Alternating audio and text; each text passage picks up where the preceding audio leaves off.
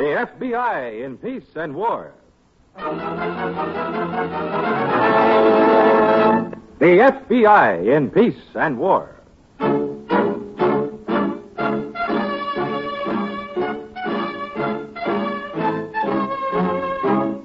Another great story based on Frederick L. Collins' copyrighted book, The FBI in Peace and War.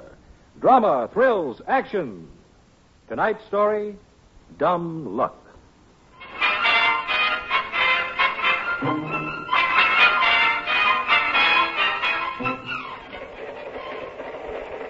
Oliver. I looked out the window. Now what? Read your movie magazine. I read it. We'll go in the club car and have a drink. I've been. Amy, I am trying to read the newspaper. We should have flew, Oliver. What? In the airplane. This takes too long. What are you reading? Well, I'm reading about a Texas millionaire who dropped dead 2 days ago and left $3.5 million to a college with 175 students. How much is that apiece? Oh, Amy. What are you reading about dead people for? That's morbid. Amy, go buy another movie magazine. Why about dead people, Oliver? Because my little idiot girl, Oh, I don't think you should call me that. Even joking. Well, because, my dear, I don't see any reason why that college should get all of the Texas millionaire's money. I'd like some of it myself. Who wouldn't? Hasn't he got relatives? Not a one. Poor guy. Yeah, it's very sad. So how would you get some of that money? Well, I don't know his background yet, but he was only 49, and it's always possible that he secretly promised to marry or even married some poor girl and then died without ever mentioning that fact to the executors of his estate. He had a girl? Well, it's possible, isn't it? And when this poor, deceived little thing reads in the paper he's dead, naturally she's going to turn up with her lawyer and with letters in Charlie's handwriting. Charlie who? The millionaire, Charlie Emmett. He deceived her, huh? Well, it's possible. So where is she now? Well, she may be right here in this compartment, for all I know. Where? You, dear. Well, I never even heard of the guy till you mentioned him. As a matter of fact... Yes, dear. I get it. Oh, you do? Yeah, I'm her. That's right. And you're my lawyer. Right again. Well, how much could we get out of it, Oliver? Well, if it worked, enough to buy you a reversible mink coat. Whoever heard of it? You're teasing. It'd be too hot, a mink coat on both sides. Yeah, it probably would, yes. Let me see the paper. I told you what was in it. I know, but if my boyfriend dropped dead all of a sudden, at least I ought to read his notices.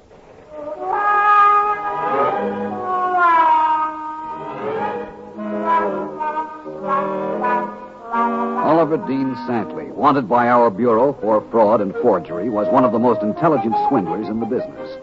During his various prison terms, he studied law, practiced penmanship, read avidly on every subject under the sun, and prepared himself for more swindles. His campaign to defraud the estate of Charles Emmett of Texas was researched down to the minutest detail. He spent days on county records, looked up old newspapers, visited every town the Texas man had lived in. With the full background and his girl Amy standing by, Santley called on the executors of the Emmett estate. And then he showed me these letters from Charlie to the girl. I just wouldn't believe it. I thought I knew all about Charlie. Are you sure, sir? Well, naturally, I asked him some very pertinent questions. Oh, he has the facts, Arthur. But how did Mr. Emmett... Of course, that's the first thing I wanted to know. How did Charlie manage to keep it secret? And why? Well, the why is simple. He didn't intend to keep it secret. Mm-hmm. She lived in California, and he was going to bring her here. Of course, she was associated with some nightclub, but Charlie obviously intended to marry her on his next trip west. This lawyer who represents her... He's a California man, but really seems quite competent. He studied our statutes thoroughly. What is she asking for, sir? Well, we didn't come to specific terms, but it sounded like $200,000 or $300,000. My guess is that we'll finally agree on something between $10,000 and $20,000. Of course, sir, the estate is not legally liable in a matter like this. I know it isn't, and so does her lawyer. He's presenting her claim, quite frankly, on a nuisance basis. Save the estate bad publicity and save embarrassment to the university. I suppose that is worth something. I'm afraid it is. Of course, I said we'd want to talk with the young lady before we come to any decision. Naturally. I thought you might do that, Arthur. I'd be glad to, sir. From what I gather from Mr. Santley, she's not an intellectual bombshell. You'll have to handle her with tact. I'll try, sir. Also, it's possible that she's merely an adventuress who met Charlie on one of his business trips and is trying to cash in on a good thing. But you said he wrote her a letter. Oh, yes, he did. You know, in many ways, Charlie was a brilliant man. But when it came to women... Oh, that's often the way, sir. Yes, I'm afraid it is. No man who has $1 million ought to be allowed to write anything but business letters, especially after age 40.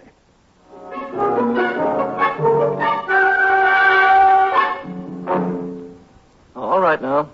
Now, where did you meet him, Amy?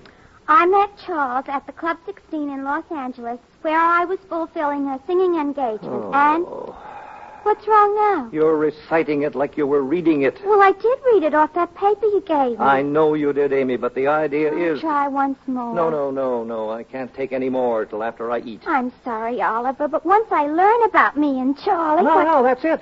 That's the way to say it. You and Charlie. That actually sounded as if you were his girlfriend. It did? Certainly. Now, what you have to do, Amy, is believe this. Think of the exciting places Charlie took you, how much fun you had together, how sweet he was, how one night you drove out to Palm Springs and he said... Gee, Amy, I sure would love to see you in a natural silver blue mink coat. Amy, Charlie was a romantic guy, not a walking bank account. Couldn't he express his romantic feelings in a practical way? Come on, let's eat. Oh, I'll get it, Oliver. Honest, I will. When do I have to see the lawyer? In a couple of days. Could we have chop suey tonight, Oliver? If they have chop suey in Texas. They have everything in Texas. Yeah? Everything, especially money. And I'd like very much to get my hands on some of it.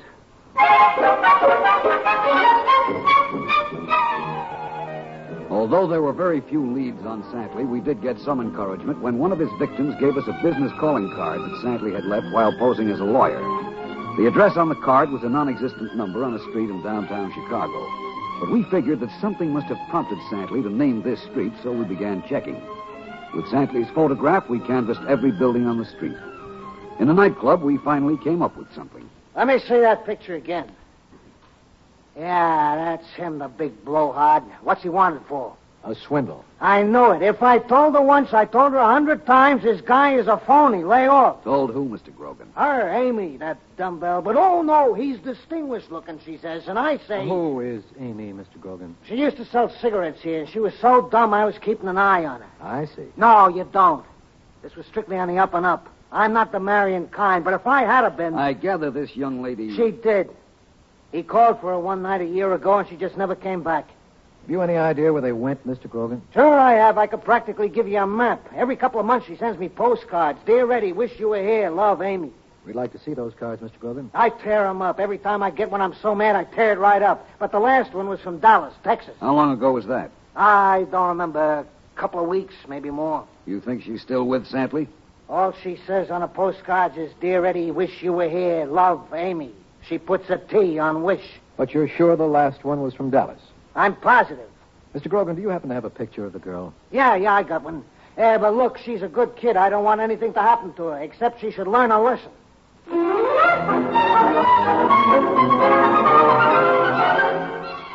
With the cooperation of the Dallas police, we began an intensive search of the city. We didn't know, of course, that Santley was working on a swindle in nearby Fort Worth, and that the former cigarette girl, Amy, was playing a leading part in it. And then when Charlie never wrote again, well, I just sat in my room and waited and waited. I know how you must have felt, Miss Harmon. It was just awful. I'll bet. I waited and waited and waited. I'll bet. You want to know any more? No, I think we have all the facts. We didn't want to bother you, but I'm sure Mr. Santley explained. Yeah, he did. I said, I don't mind talking to someone like you, Mr. Winters. Well, thank you. I always admire lawyers. They know everything. Well, not quite. You're kind of young to be a partner and all, aren't you, Mr. Winters? Well, I'm 34. That's not very young. That's practically a baby. Do you think so? Charlie was 49. Yes, he was. He worked too hard, didn't he? I'm afraid so. You shouldn't work so hard, Mr. Winters. Oh, I'm afraid that's the nature of our business. But look, I don't have to work so hard that, like, I couldn't take a client. Well, you aren't exactly a client, but, well, whatever your legal status. Would you like to have lunch with me, Miss Harmon?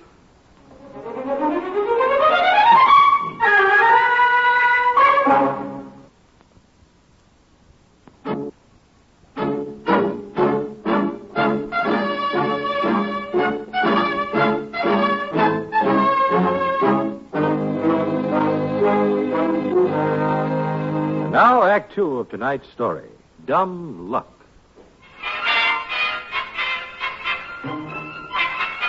With pictures of Santley and Amy Harmon in the hands of every law enforcement agency in the vicinity of Dallas, Agent Reynolds and I began checking the fanciest hotels and night spots. Santley liked to be seen spending money in the best places. And then I thought we might go to the Blue Palms for dinner. Oh, I can't, Oliver. I got to eat with Mr. Winters. Oh, you do? He says he better talk to me again. He talked to you yesterday. I know. And the day before that. Yeah, I know. He says there are a couple of things he wants to clear up. I see. You said I should go along with him, didn't you, Oliver? Yes, I did, and you've gone along very nicely, Amy. But now I think it's time you return to California. I don't know anybody in California, Oliver. Amy, dear, you're not actually going there. You're just telling Mr. Winters that. Now, you've handled your end of the deal beautifully. Now I come in and clean up. Oh. Oliver, Yes? you could get put in jail for what you were doing, couldn't you? Now, what brought that up? Nothing. I've just been thinking, that's all. Oh, you have? You don't think I can think, do you? Of course I do. No, you don't. But Mr. Winters says I'm very perceptive. You're what? What does that mean, Oliver? It means that Mr. Winters doesn't know trouble when he sees it.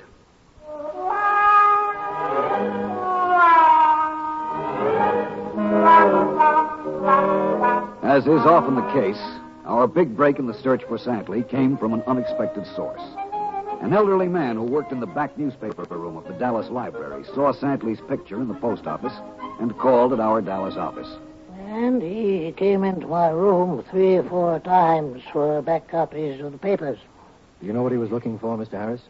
Yes, sir, I do, because I helped him. And he said he was doing a magazine article on Mr. Charles Emmett and how Mr. Emmett made all that money in oil. Is that the man who died just about a month ago? Yes, sir. He was only 49. He dropped stone dead in his office chair. A sad commentary on the hurly-burly of modern living. Yes, it is. I'm 77, and I weigh exactly the same as I did the day I graduated from high school. Well, that's remarkable. Now, could you tell us, Mr. Harris? I attribute it mostly to a substantial breakfast and at least 1 egg a day. Mr. Harris. Sometimes 2 eggs. Mr. Harris, do you happen to have a copy of the paper on the day Emmett died? Yes, sir, we do. May we see it, please? Oh, of course. Sit down, gentlemen. It'll only take a minute. How do you figure the angles, Chief? Well, if he could have swindled a dead man, he certainly would have. But barring that, The dead man's estate. it's as good a guess as any. Yeah.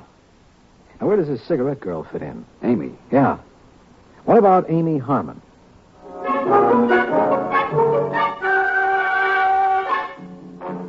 Miss Harmon, Yes, did you enjoy your steak? it was delicious. You didn't eat very much. I'm not hungry. What are you thinking about, Miss Harmon? About last night, when you were asking me what did I want most of anything. Oh? I used to think that if I had a mink coat, I wouldn't want anything else in the world. Now, all of a sudden... Yes? I don't know what I want. Oh. Except maybe a vacuum cleaner. A vacuum cleaner? Yeah. Don't ask me why. I don't know. What do you want, Mr. Winters? Me? Yeah. I want you to have dinner with me again tomorrow night, and the next night after that... I can't. I'm going back to California. What? But, Miss Harmon, Amy, you can't go so I soon. got my ticket already. I'm going in the morning. We've got so much to talk about. Yeah, I know. Stay 1 more week. I can't. 3 days. I can't, Mr. Winters. My name is Arthur. I can't, honest, Arthur. I'd like to, but Amy, I... stay 1 more day. There's something very important I want to ask you, but there are other considerations relating to a family situation and certain people who... Amy, stay 1 more day. Well... Please, Amy, just 24 hours. Well, I guess I could stay that much. 24 hours couldn't hurt anybody, could it?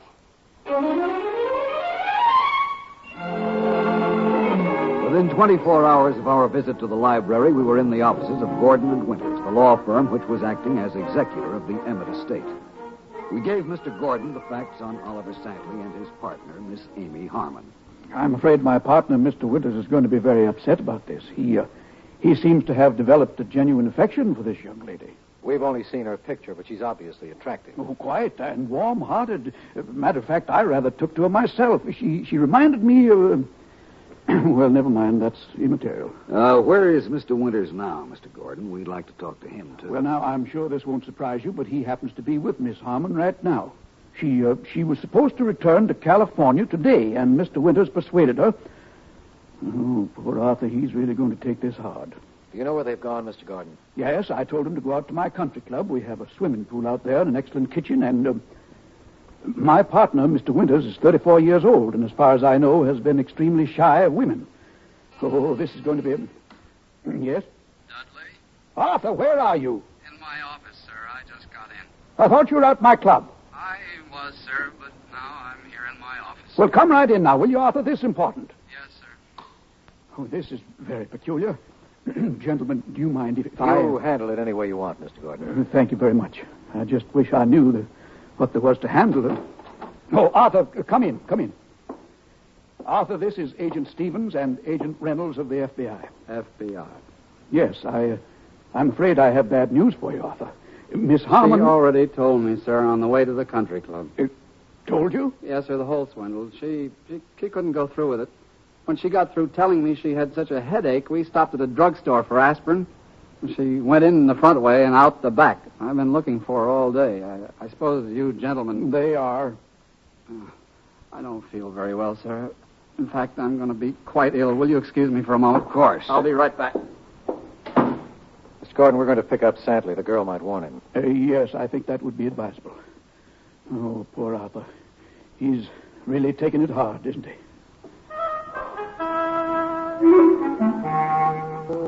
We picked up Oliver Santley at his hotel, and several days later we found Miss Harmon after she'd gone to Chicago to get back her old job. Miss Harmon was arrested and remanded to jail to face formal charges. During the first day in jail, she had a visitor. Oh, Arthur. Good morning, Amy. Arthur, what are you doing here? With your permission, Amy, I'd like to represent you in this action. What's that? I want to handle your case as your lawyer. Oh, Arthur. That is, if you're not already represented. I'm not represented. Good. Then let's go over the details so that... Arthur, you didn't have to do this. Yes, I did. Did you? Yes, I think undue influence has been brought to bear on you by Mr. Santley, and that you were coerced into this act, which I feel I can convince a jury was and is repugnant to your nature. What does that mean, Arthur? You can get me off? I'm going to try. Oh, Arthur, I think I'm going to cry. Well, that's all right. Go right ahead. We have half an hour. Oh, Arthur. Oh, you poor kid. Am I? I think so. Oh, Arthur. Arthur, Yes? do you want to kiss me? Yes. But not now, Amy. First, we've got to figure out what we're going to tell the jury.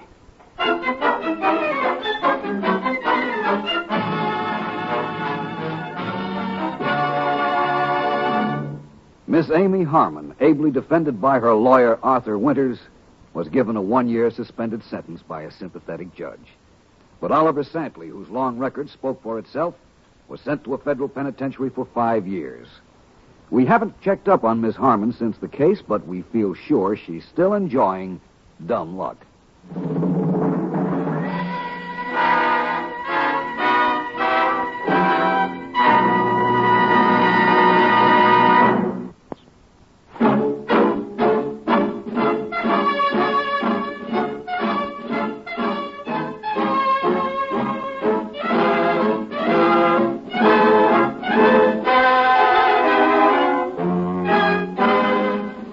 In tonight's story, Charita Bauer played the part of Amy Harmon. Martin Blaine was Arthur Winters.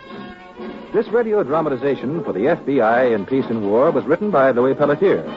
These programs are produced and directed by Betty Mandeville. All names and characters used on the program are fictitious. Any similarity to persons living or dead is purely coincidental. This program is based upon Frederick L. Collins' copyrighted book, The FBI in Peace and War, and the broadcast does not imply endorsement, authorization, or approval by the Federal Bureau of Investigation. This is Warren Sweeney inviting you to listen to next week's story, The Ugly Duckling, on the FBI in Peace and War.